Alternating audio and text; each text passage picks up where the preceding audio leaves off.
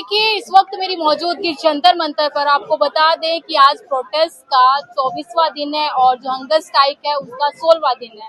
तो हमारे साथ इसी मुद्दे में बातचीत करने के लिए मैम है, सीधा जानने की कोशिश करेंगे कि सोनम वांगचुक सर अनशन पर बैठे हुए हैं और कहीं ना कहीं उनकी तबीयत भी खराब हो रही है, लेकिन सरकार क्यों नहीं जनता की बातें मान रही है या इस्तीफा क्यों नहीं ले रही। मैम, पहला सवाल, जो शिक्षा मंत्री हैं वो इस यहाँ का माहौल देख भी रहे हैं, लेकिन क्यों नहीं इस्तीफा देते। आगे आ जाइए प्लीज, कैसे मत करिए, आगे आ जाइए सब लोग।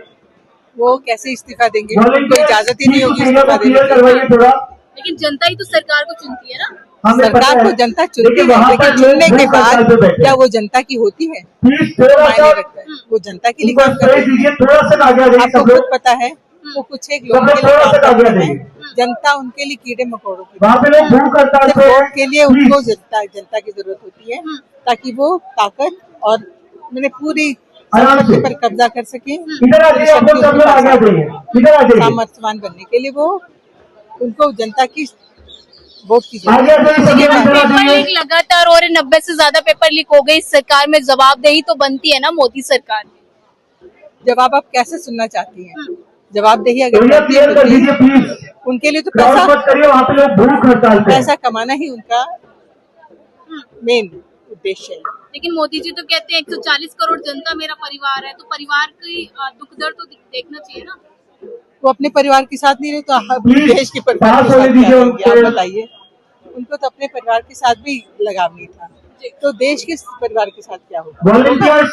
नहीं, उनको सिर्फ अपने साथ और अपने कुछ एक उनके अपने मित्र या अपने प्रियजन, बाकी सबसे न देश के भविष्य से, न जनता जनार्दन से, न देश के बच्चों से, न किसानों से, न मजदूरों से, किसी से भी नहीं। तो सरकार फिर बार बार आ क्यों जाती है सत्ता में, अगर सरकार काम भी नहीं करी। सवाल तो यही बनता है ना कि सरकार काम भी नहीं जनता के लिए करी, लेकिन सत्ता में 3 बार आ चुकी है। वो इसलिए आ जाती है क्योंकि जुडिशरी उनके कब्जे में है, सबसे जो शायद संविधान को लागू कर सकती थी, लेकिन जुडिशरी उनके कब्जे में है तो निर्णय उनके पक्ष में होता है। ईडी सीबीआई उनके अंगूठे तले हैं। बाकी जो अब रहा एक था इलेक्शन कमीशन, वो तो खैर की तो पूछे ही नहीं। तो संवैधानिक संस्थाएं हैं, तो सारी सबके सब उनके कब्जे में है, तो उनके कब्जे में है तो वो अपने हिसाब से करेंगे ना। उनके नौकर हुए ना वो, आपके और मेरे नौकर तो है नहीं, तो वो उनके हिसाब से सारा मैनिपुलेट कर रहे हैं और उनको जिता रहे हैं। जहाँ हारते हैं वहाँ भी जीत जाते हैं। बंगाल में क्या हुआ आप बताइए। संविधान में एक भी व्यक्ति को वोट नहीं देने की इजाजत, मैंने सबको देना है वोट, लेकिन कितने लोगों का, लाखों लोगों का नाम काट दिया गया। तो जनता के पास का क्या ऑप्शन है। सवाल अब ये बड़ा होता है कि सरकार उनकी बातें सुन नहीं रही, समस्याएं बढ़ती जा रही, जनता के पास ऑप्शन क्या है। जनता, हम कहते हैं टेररिस्ट कौन है, टेररिस्ट कौन है आप बताइए। टेरर इतना फैला हुआ है कि डर के मारे जनता कुछ कर भी नहीं सकती। तो टेररिस्ट कोई जनता तो है नहीं, अगर उसमें ताकत होती वो कुछ कर देती। टेररिस्ट है नहीं, अब टेरर तो किसी और का है, शासकों का ही टेरर है, तो उनके डर से जनता कुछ बोल भी नहीं सकती है, कुछ कर भी नहीं सकती है। हाँ, पुलिस उनको मार डालेगी, नहीं तो इनकाउंटर कर देगी, कुछ ना कुछ तो कर ही देगी। अच्छा, शिक्षा मंत्री का एक बयान तो आपने सुना ही होगा। इसका शिक्षा मंत्री का कि जो जंतर मंतर पर बैठे हैं वो देशद्रोही की बी टीम है। क्या है? देशद्रोही की बी टीम है।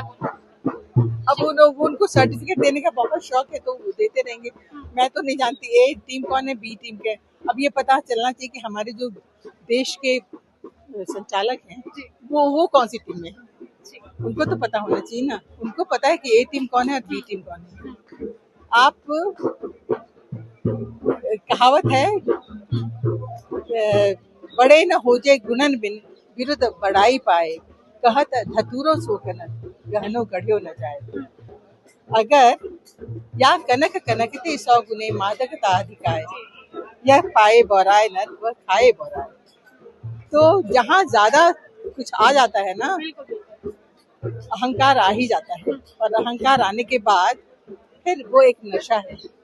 उसमें जब तक खुद तबाह नहीं हो जाए वो अहंकार रहता है और वो दूसरों को तबाह करता है। हमारा देश भी तबाह होता है।